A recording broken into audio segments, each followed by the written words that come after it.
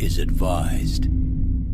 Hey everyone, welcome to the discussion for Solomon Kane, which is a game by Mythic Games that has taken 3 years to deliver. 2018. Fuck me! You feeling that stick in your chest? 3 years to deliver since 2018. Devin and I actually had the wondrous opportunity to play this at Gen Con 2 years ago. That was a while. God! 2 years ago with Sir as Drummond with beautifully painted miniatures and two guys that were there. They existed. So after all this time, what do you guys think of Solomon Kane? Always. What do you think of Solomon Kane? Have you actually tried? I didn't play it the first time, so after all this time, it was all right. As Devin so gingerly put it before we played, it's time to micromanage a guy. Oh boy, we did. We micromanaged every little fucking detail, every little thought, every little fucking dice placement. Just a little bit of, maybe a little bit of doubt, maybe a little bit of happiness.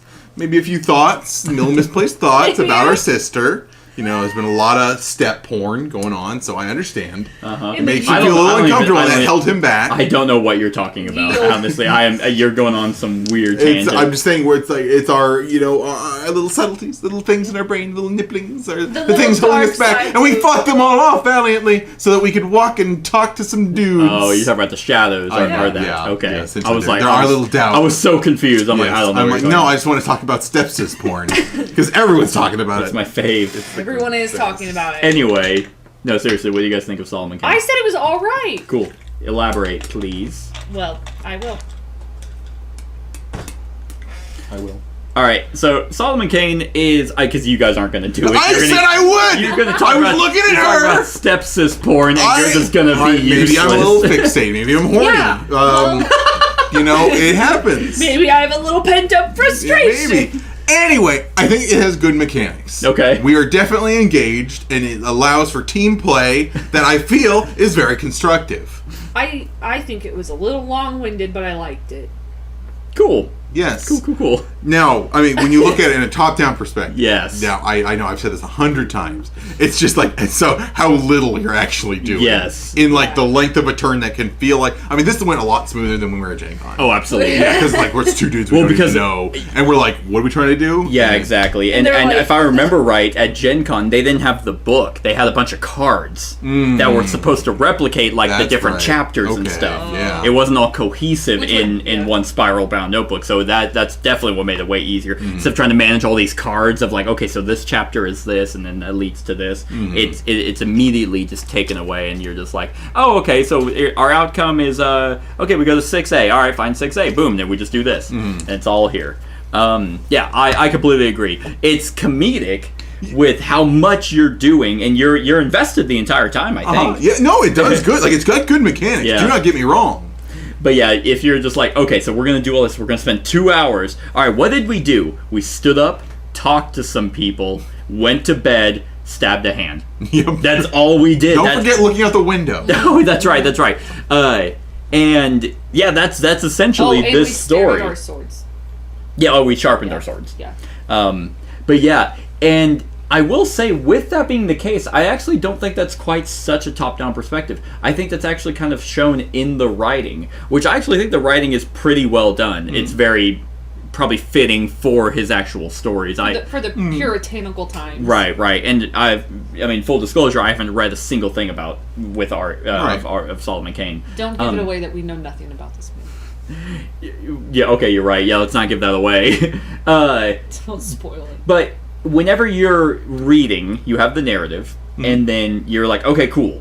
And then you play the game, but there's really nothing within the actual gameplay. I mean, yeah, you get a little bit of flavor text from here, but whenever it cuts away to the other, like the next narrative, the next thing you're supposed to read, I felt like there was like a little jump, like a little disconnect there. It didn't flow quite as well. It was just like, for example, in The Right Hand of Doom, whenever we talked to all those brigands, and then it was just like that, they ended the chapter, it was just like, oh, okay, that guy just kind of walks away. Yeah. It's like, well, yeah, because I guess we have to thematically talk. Yeah, we talked to him. It doesn't say what we say. Yeah. But we did well. We talked great with our high numbers. Right. So I do think that this game actually does kind of, because you don't play as Solomon Kane, none of it's actually written as him, that probably actually puts it on the players to do that. Like to represent what temperance, justice, and courage are trying to get him to say. Right. I mean, it's very like they've neat themes and good mechanics that work within themes. Right. It's so you have to think it like in like a moment's time what all goes through your head and what makes you dictate you. And this is like you are going through every single moment with this guy dictating everything with a little bit of gumption and aggression and courage, using our different abilities and working together. Who's going to take the lead on this one and what we're doing and.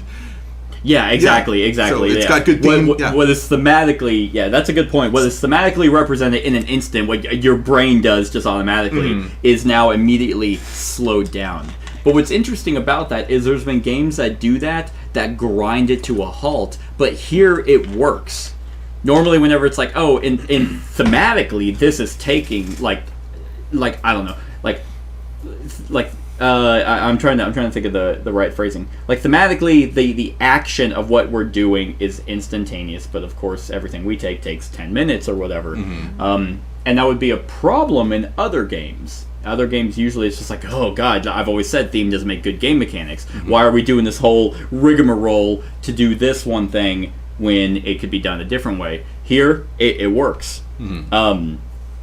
Because, and I think the reason why is because of the synergy between the different virtues. Yeah. Like looking at, okay, well here's what I am good at, and here's what I'm bad at. Like it was like a lot of like, can you play Slight? No, I cannot.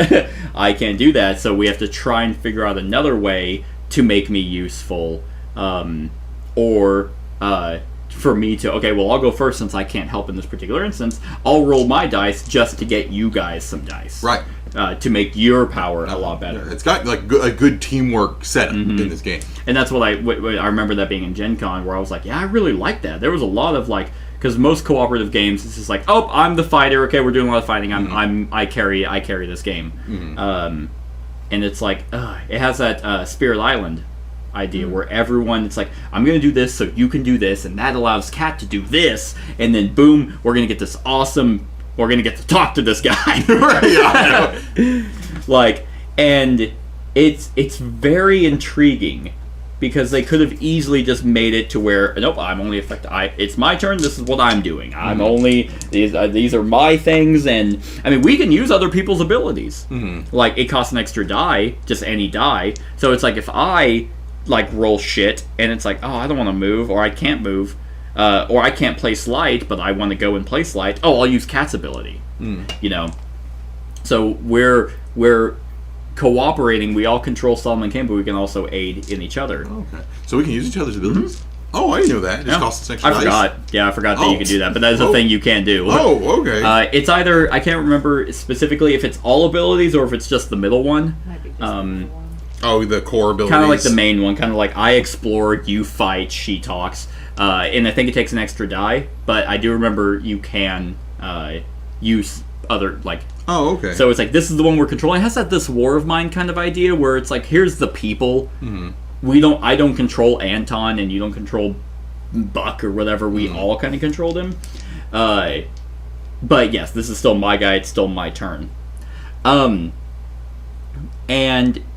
yeah, and I'm really, really intrigued because here's the thing: we did the Right Hand of Doom, and we probably did the one with like the best outcome. But there are technically, like at the end, there's an epilogue where it's like, okay, we lose by strength, clarity, compassion, or danger, and these are all major defeats. Then there's 1, 2, 3, 4, 5 different endings in just this one book. And then the core game, at least in Wave 1, came with 10? And this has one act. There's other stories in there that have 2 or 3 acts. So that's like a 6-hour setting. Where what I love about it and what intrigued me at Gen Con, or even just whenever I heard about it, is your choices or your failures or successes do carry on throughout the story. Oh, cool. Like, for example, if we actually talked to Redley at the very beginning, like got a 16 or whatever to talk to him, could have been an immediate, like, success or something. Yeah. Because it's like, he's just like, oh yeah, you're right, I really shouldn't have turned on him or something. Even at the very, very beginning, where we could have just been like, oh, well, I'm not going to involve myself. Mm-hmm. Like, you could just skip this whole fucking thing. Could, yeah. So you can easily play this and make different decisions. And I mean, because there's all these cards that we didn't touch. So that's what I always love in campaign games. No, actually, not even campaign games. In story games, I don't much care for if this game was like, oh, here's the right hand of Doom book. It's gonna be the same every single time. Then I woun't care. Kat, what do you think? Just in general? Yeah, all just in over general. Anything you liked specifically? Didn't like? Because this game does have its problems, but we'll get to that in a sec. I wasn't like hyper focused on anything that I liked or disliked. I do really like the theme. I think it's really neat. Obviously, I have no clue anything behind the lore of Solomon Kane, except he's very just the hunt for good and evil inside himself, trying to take down demons or whatever. Right. I think that's really cool. I like being my own sort of, what do you call it? Virtue. Virtue, thank you. Yeah, I like being my own virtue. I like being justice especially. But nothing really, stood out as far as negatives to me. Anyway, other than, the length of the game. But it's preface. I just didn't know it was going to be that long. Right. I mean, they did a pretty good job. It says 2 to 3 hours per act. And when I first was doing the unboxing for this, I was like, do they mean act or chapter? Because of the way that the game is broken up. And definitely act. Yeah. This took probably about an hour and 45 minutes. But yeah, it's such a... Because I can't think of any game... I mean, this War of Mine might be the closest where we all kind of collectively... It's cooperative, where you collectively control it, and it is story-driven. Mm-hmm. But not like this. And... but it also has the synergy of all the players that I really, really like. So, negatives of the game. And this is just, at this point, it's a staple of Mythic games. They don't release complete games. At this, I literally had to look up an errata because I was like, what the, how the hell does the innkeeper move? Like, what the fuck? And, I mean... And I don't give companies a pass, because if you keep giving them a pass, they're going to keep releasing unfinished games. Mm-hmm. So it's like, finish your fucking game! Like, there should not be an immediate errata upon fulfillment. Mm-hmm. Like, who's checking that? No one? Yeah, I mean, after 3 years. Yeah, exactly. And when it kept getting delayed, and then it's still incomplete. It's like, what were you doing in 3 years? Oh, you were doing other Kickstarters so you can get more money, probably to help fund this one, because that's just how they backcycle fucking money. Really? That's the rumor that a lot of companies will do that. They'll not have money. That's the cool mini or not theory, is that they'll be like, oh, we didn't actually know how much this game was going to cost, so they'll quickly, because Simon does week-long Kickstarters, not like most of them is a month, but they're like, oh, this game's on Kickstarter just for a week, and everyone's theory is that they're getting money to try and help pay for past Kickstarter projects. Oh, wow. That's all speculation. I obviously don't work for them, so I don't know that. But, I mean, that would make sense. Oh, shit, we didn't understand how much this game was going to cost doing 15 stories. Mm-hmm. Maybe the licensing cost a shit ton. I don't know if this is what they call it, public domain. Yeah. But then it's like, it's weird whenever you're right. It's been 3 years, and core ideas are missing. And, I mean, some of them are... and it's not, that big of a deal. I mean, they just missed that one word on that one tower. Right. But this is a small book, though. Yeah. Imagine in errata for a 3-act thing. And you're 4 hours into it, and then you're like, wait a minute. Something's broken. And yes, it's available. You can quickly boom, boom, boom. Okay, there's one, something the Blue Stars of Vengeance, I think is what it's called. And you just find it, and they have it organized by chapter, so I was like, okay, chapter 8, So you can find it, but it is an extra step you have to do. It's not so much that it's such a burden on playing, it's just I'm tired of games that are coming out incomplete. Yeah. And right, wrong, or indifferent, like, I'm tired of people giving them a pass, because if they keep giving, oh, no, Mythic, you're fine, then they will continue to release unfinished games. Yeah. And, I mean, this game actually wasn't really that expensive for how much money or how much content you're getting. It's not, I mean, there's definitely pricier games out there. But still, that is a negative. And for the record, in a story-driven game like this, you don't want to have your immersion broken already, especially with like the top-down. Wait, we're doing all this work and we just only got to move one space. Yeah. And then you're immediately pulled out and be like, wait a minute, fuck, okay. So, gotta look up the errata and the FAQ and okay, that messed up that whole chapter, stuff like that. That's really my biggest negative. Yeah. The rulebook is okay. Like it's not bad. They kind of explain things pretty well, and the rulebook works because what you actually do on your turn is very simple. It's very fluid. Yeah. Not a lot of like stipulation. Like okay, you roll 3 dice, cool beans, base. You use nice. You use them for the thing. You don't use them, you can pass them along. Or you can hold them until later, and then you'll have more. Exactly. So you might do less on your turn, but you'll do more later. So now I have 5 dice. Look at that. Yeah. Oh, okay. Hey, we're bringing in, I got a blessing now. Oh, good. That gives you 4 extra dice, so now I do 7. Now I'm gonna do a bomb-ass turn and divvy out the dice that we're gonna do this awesome thing. I'm gonna bring in my person to help defend from these shadow things because these events suck.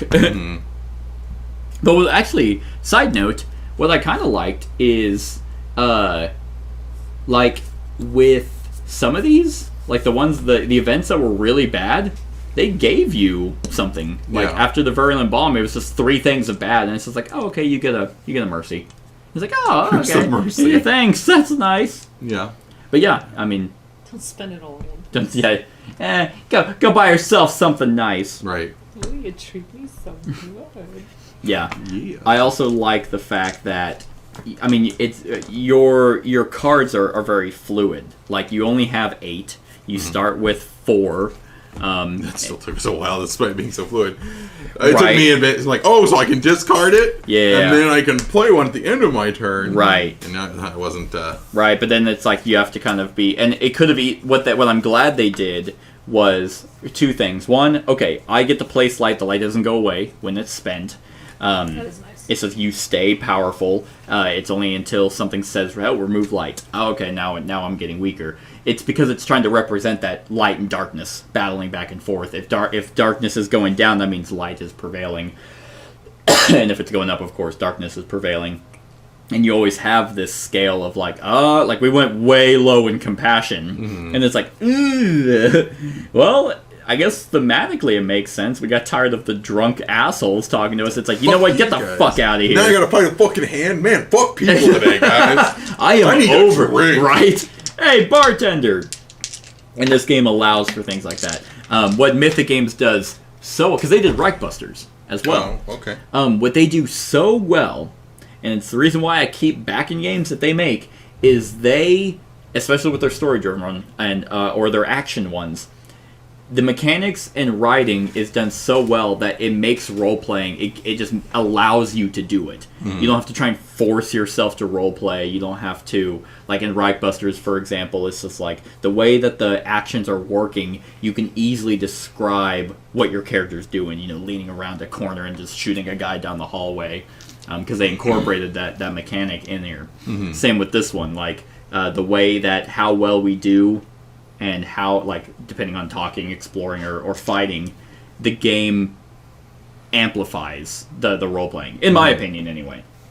Which I like. Yeah, I mean, that's kind of all I can really think of. Well, actually, the other thing, it comes back to the storybook. This is genius, because if they had done the card thing, that would have just been horrendously bad. But what I also like is one storybook, is broken up in both story and scenes. So the entire time, we're not always on a map. Like, we're not always dealing with miniatures and moving around and actually kind of doing this. Yeah, that's nice. It breaks it up by decision things. Oh, okay, he's like, there was literally a chapter where it's just like, oh, he's sharpening his weapon. How well does he sharpen it? How much, because like, it's like, oh, we're going to get the dice we need to, illuminate his path. Oh, we didn't. Okay, well, now his weapon's not as sharp, So things like that, and I enjoy that. I enjoy that because that's usually not done. It's always action, action, action, and you never get the in between parts in like a role playing game. So yeah, I think this game is great. My only big negative is more just the staple of what Mythic Games kind of does. Is they were just. I mean, might as well put a FAQ and an errata in the box, because they're just like, yeah, we didn't really try, we didn't catch it all. And I get it. That's a shit ton of writing. Like, this is one book out of 8, plus the 3 expansions that'll be coming in Wave 2. You know, it's a lot, but I don't know. It's still annoying, but it is what they call Dropbox, the errata and the FAQ, so that they update it as more people find stuff. Oh, okay, cool. So it's obviously free, and whenever it's components, like for Reichbusters, there was an expansion that they was supposed to come with another set of weapons, but they were all misprinted. They sent it out for free. Oh, good. So it's not that they don't fix it. It's annoying that it even exists in the first place. I was like, it would just be nice to buy it. Right. Like, I mean, it's the same mentality, and luckily you're here, so I don't have to be the only one talking about it. Like Cyberpunk, like how it was just dog shit, unplayable when it comes out, and everyone's like, no, they're gonna fix it. Great. It shouldn't have been released like this. Yeah. You know, at least this isn't broken. So. At least it isn't Mass Effect. At least it isn't Kingdom Death. No, I'm kidding. That's fine. That's fine. Okay. It's just like, if I want to criticize a different game, just don't keep bringing it up. No,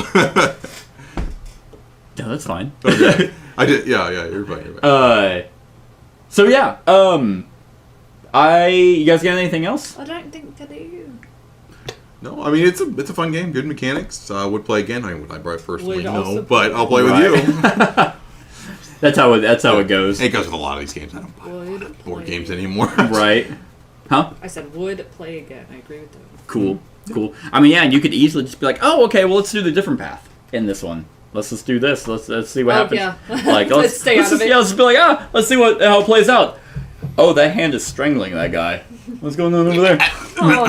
Yeah, just don't do anything. Keep not doing anything. Right? That sucks. Oh, go to ending 10E. Maybe you shouldn't have turned in the fucking necromancer. The necromancer, you idiot. For a bag of teeth. Yeah, for a bag of teeth and I almost said Skittles, but. So yeah, I mean, yeah, for everything that this game is trying to do, I think this is a really, really cool take on a cooperative game. Completely outside the norm. I can only think of a few kind of cooperative games that do this, but it doesn't blend well with the mechanics as well as the storytelling in a setting that is never done. Like, well, maybe like the whatever time period this is, but Solomon Kane is never touched on. I don't know. And I mean, apparently he has a lot of mystical lore. I mean, I kept the art out this entire time. Just like some kind of monster hunter, right? Kind of. I think like some kind of werewolf. A ye old witcher. I'm kind of thinking of like Van Helsing, but not so mystical. Yeah, he's like you definitely get the Van Helsing. You have like, I mean, he's a Puritan. Yeah, and he's so Christian. I know, gross. He's worse. He is a Puritan. It's 1 out of 10. But yeah, and then there's obviously demons and stuff. So he is. I don't think he can commune. He doesn't commune with like the virtues or anything, but they're kind of protecting him. I don't know. Maybe I'll look up some of the stories. Like, they're probably well written. Yeah, first thing the movie that pops up. Yeah, fuck that movie. That movie is bad. I don't think I've seen the movie. I'm trying to remember. It came out in early 2000s, and it's not good. I think this would be a great TV series. Just heads up, he is a somber-looking man. No. It's a grim world, but it's not like Tainted Grail or This War of Mine Grim. There's no apparent goal other than to vanquish evil in all of its forms. Mm-hmm. And I don't know. I don't think he's like kind of like he's not like a Joan of Arc where he's like a messenger of God. He's not like hired by God to kill demons. I think he just his job. Wants to fuck him up.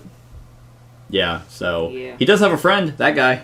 that dude. I don't remember his name, but the African guy. What do they call those? Shaman, I think. Oh, that's his friend Nalunga. Yeah, that's it. That's going to be in one a of the shaman expansions. who gives him a juju staff that served as a protection against evil, but can be easily wielded as a weapon. Yeah. The staff of Solomon. Yeah, and so I mean, I mean, this was I wanted to do one like story that would only be like a couple hours for the run through. But yeah, I mean, it's exciting to think about the big one that has like 3 acts to it and like how the acts would change. And of course, they have a save system, so you don't have to sit there and play 8 hours. So you can save the game to jump into a different act at a later time. Yeah. But yeah, I am very, very happy. So at least it wasn't 3 years, and that's like, great, this fucking sucks. I know. You know, which I mean, as Mythic Games released more, like at least this was worthwhile because I mean, like Reichbusters was put on Kickstarter later than this and got delivered first.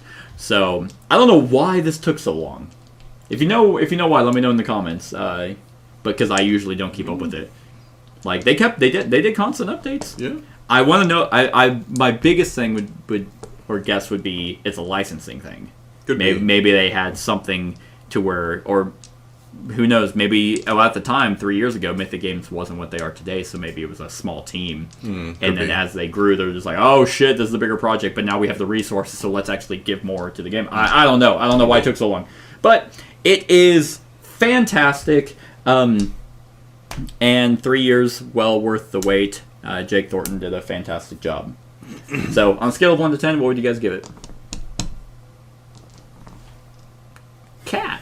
I'm gonna give it a 7 right now. 7? With room to improve. Yeah, that's fair. Okay, interesting. Devin, I am interested in your rating because I remember I don't think you were excited to actually play this. I wasn't super excited. I mean, I knew that the micromanage I wasn't a guy. Micromanage a guy walking down a path. Yeah, I was just thinking. I know I was not impressed at Gen Con. Yeah. I was like, how is this guy so excited about this game? It's like, this is so yeah, because we barely kind of knew. Are you talking about me or the guy? The guy that was teaching like the marketing guy. Oh yeah, he just was just bubbly, and I was just like, we are walking across a swamp. That's right. You're like right. This, and it's arduous. Yeah. Because it's like you get to move like 1 or 2 at a time, and then we're working with people we don't know. Yeah. And then it's like you have to be pretty in sync for these if you and know what each of your guys do. I mean, we've already touched on it, right? But I will give it those guys were also really like, good mechanics. They were like interviewing him. Yeah. So it was also he was like trying to like be involved in the game, but he's also trying to be nice to these people. And I'd be like, "Fuck off! I'm trying to let me work, man. Play the game. I'm on 3 hours of sleep this whole weekend." Everyone was on speed there. Just ridiculous. Oh god. It's gotta be rough. It's got the life of a creative. I would not do it. It's gotta be rough. I feel bad for those folks. Yeah. I will give it. I mean, it feels good. Like I will give it an 8. Like an I would 8? recommend. Well, it's like to like an average consumer, someone like me, then it's not bad. I mean, it's got nice minis. It's got decent gameplay. It's got really good gameplay. Yeah. It's a lot of content. I mean, I can tell you. I think for story aspect with branching. So right? yeah, I will give it a solid 8. My main issue is just being how little you're actually doing. Right. But I think, because I know that's the biggest thing. It's the weirdest thing. But it's weird. It is a little vexing, but hey, maybe I'm just an old fogey. But what's funny though is you almost have to make yourself think of how little you're actually doing because the game doesn't show it. It doesn't. I know you are engrossed. Yeah. Don't get me wrong. Once I found myself stepping back and be like, Wait a minute. Did we just talk to 2 guys at a bar? That was it? Yeah. But yeah, you're engrossed and you're going around the table and like, you move light. It's got, good mechanics. Yeah. I will say that over and over again. I agree with you. I think right now this is at an 8. I am going to say the fact that they have consistently released games that are incomplete with, not an FAQ. That's not, I mean, FAQ is great just in general, but the erratas, it's that knocks it the whole point. If this game came with 0 erratas or very, very little, not a 70-page fucking errata. It's a 70-page. I think for some of the cards it's not, but they do have a rule books. They have a separate rule book errata. Oh, So technically, that is what however long the that's rulebook a is. fuck ton of errata. Yeah, it's out there, and I mean it's a constant update. So I think 70 pages is like the whole thing, including the rulebook. This weird update culture thing. Yeah. I mean, video games are allowed to do it, but board games, this is physical product. Exactly. You can't go back. You can't update this online. Right, and or if you do, it's cheap. Or it's not cheap. Hey, sorry, we have to reprint all these spiral bound. But I will say, like, for this pledge, because not including the add-ons like the Wave 2, it's $110. Not bad. So, like, I have paid for way more for way less. That is very true. So, you definitely get your money's That worth. is definitely a good price for this game. So, I'd say very good. yeah, I'm gonna give it an 8. With understand, I mean, you can, like I said, with the erratas, you can quickly pull it up and be like, well, this is kind of weird. Why is, like we did it with in the run through? Why is the innkeeper not moving? Okay, well, I know there's an errata out there. Let's see if I can find it. Oh, okay, he's supposed to have the scout thing. Okay, and then you just quickly fix it. It's one step you have to do, so it's not like game breaking. This game can go to a 9, but as is right now, I am gonna give it an 8 as well. So. That's our thoughts on Solomon Kane, everyone. I hope you enjoyed. Let us know what you think of the game in the comments below. Other than that, like, comment, share, and subscribe, and have a wonderful whatever time of day it is for you. Hey everyone, thank you for watching, and I really hope that you enjoyed the video. If you would like to see more of my content, go ahead and click that subscribe button and the bell to be notified whenever I upload any new content. If you feel like supporting the channel, you can go ahead and click that Patreon link to be taken to my Patreon, and any help is truly appreciated. Other than that, stick around for any other run-throughs or reviews or cool top 10s or whatever I feel like putting on. Other than that, like, comment, share, and subscribe, and have a wonderful whatever time of day it is for you.